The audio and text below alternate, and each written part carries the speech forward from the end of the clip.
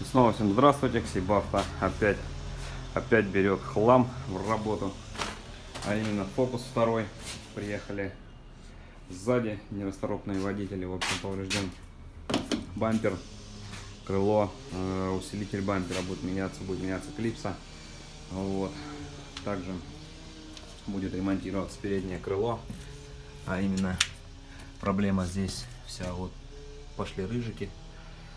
Крыло заказали новое, не так дорого стоит, благо сейчас китайцы исполняют вещи. Все будет тянуться, краситься, бампер, замена.